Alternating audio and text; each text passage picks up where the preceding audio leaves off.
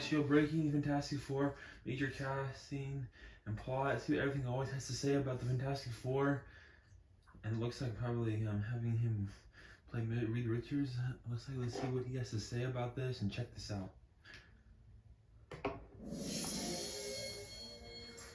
What's going on, guys? Welcome to Everything Always. My name's Michael Remen, aka Allfires. Now, there were two rumors that stayed at the front of the Marvel rumor mill throughout 2022. The first of which was the Doctor Doom cameo that never appeared in Wakanda Forever. And while we can talk about perhaps Marvel Studios' plans to have done that, but why they didn't in a different video, the other was the casting for the Fantastic Four, which really started up in fall of 2021 before Spider-Man No Way Home was even released, and then peaked again to coincide with San Diego Comic-Con and D23, where Marvel finally admitted at the latter that they had just hired the director and the writers. There was nothing else to announce, which meant surely any of the names we had heard over the last year, and even from trusted sources, were just rumors about castings for the Fantastic Four.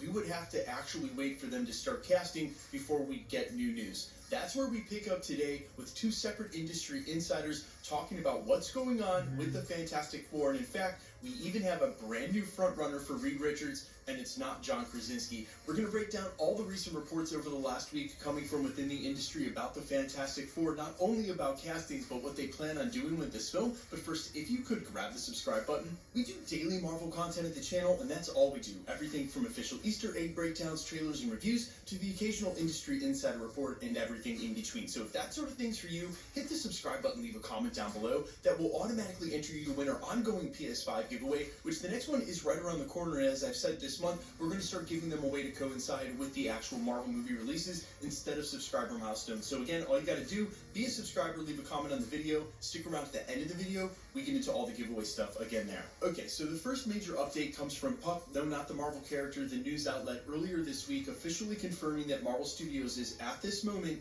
actively casting for the Fantastic Four, which really means two things. First off, this lines them up for an introduction this summer at one of the two live presentations, either San Diego Comic-Con, which I assume that would be the place, or D23. That's how Marvel Studios has introduced new cast members in the past, especially something this big. They'll want the live crowd reaction. Number two, don't expect any confirmations from Marvel and before then, although industry insiders are going to start to talk with rumors like we're going to cover in a second. And you have to suspect with castings this big, and try as Marvel and Disney will, something like Deadline or The Hollywood Reporter are going to get to them first. So we won't have to wait until summer, basically what I'm saying. This news is going to get out. Speaking of which, this morning we get a brand new headline from BGR. Adam Driver may be frontrunner to play Marvel's new Mr. Fantastic. They go on to report, quote, "In mid-October, we heard that Adam Driver met with Marvel about a Fantastic Four role. The rumor dropped a month after the D23 Expo, where Marvel announced the film's new director, Matt Shakman, who directed WandaVision, will helm the movie. But Feige did not reveal other details about the reboot at that time, and it wasn't clear what role Driver may play in the film, if any. Mr. Fantastic is one obvious choice, but Dr. Doom is also a possibility,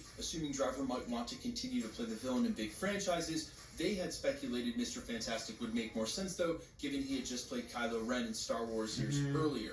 They also went on to report that at the time when we heard this report in October, John Krasinski was still in contention seemingly for the role, but since then has seemingly been ruled out by comments not only made by Kevin Feige and Sam Raimi, but by the actor himself, saying there are no ongoing conversations and he hasn't heard anything about it since. And that's where they reveal in the article, quote, "Fast forward to 2023, and just days ago, YouTuber Grace Randolph, when referring to Adam Driver's new film White Noise, also said that the actor was, quote, the frontrunner, very certain stretchy role. That stretchy role can't be anybody but Mr. Fantastic / Reed Richards." And of course, this all coinciding with reports we got last October that he may be up for the role. Now, since industry insiders have weighed in on this report from Grace, the first of which, Casey Walsh, with great track records to know this isn't true, but the Direct reported, and according to their own sources, that indeed Adam Driver is the front runner to take the role of Reed Richards. So take that as you will. Now, one other detail that wasn't included in this article and that we haven't had a chance to cover at the channel was she also revealed a separate thing about the film. She said that Matt Shakman was looking to be as comic book accurate as possible,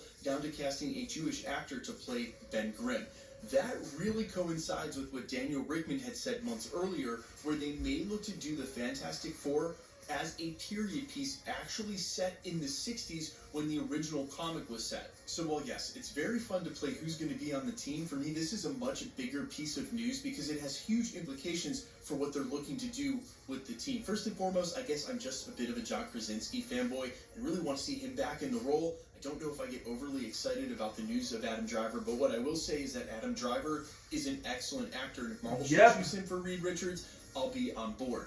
But what this means for the team being set in the 60s is I do not think the Fantastic Four, the team that will ultimately end up in the 616 timeline after the Multiverse Saga is done, is going to come from the 616. We likely covered this in a different video, but I'll basically condense my theory into some major points. First and foremost, it looks like obviously Reed Richards and or the rest of the Fantastic Four will not be making a cameo in Quantumania, as it was heavily rumored. And while this is no surprise now, what it means is that the Fantastic Four have not been hiding out there since the 60s, which was one theory we had about where they've been in the 616 continuity. Also, while Marvel Studios has had ample opportunity throughout all of the 1900s with the Captain America films, flashbacks during Endgame, having explained what happened at multiple points throughout decades in the 1900s, have never once mentioned Reed Richards or the Fantastic Four in any capacity at all, unless they planned on retconning this, or again, unless the Fantastic Four got trapped in the quantum realm, there's really no record of them, meaning more likely they are coming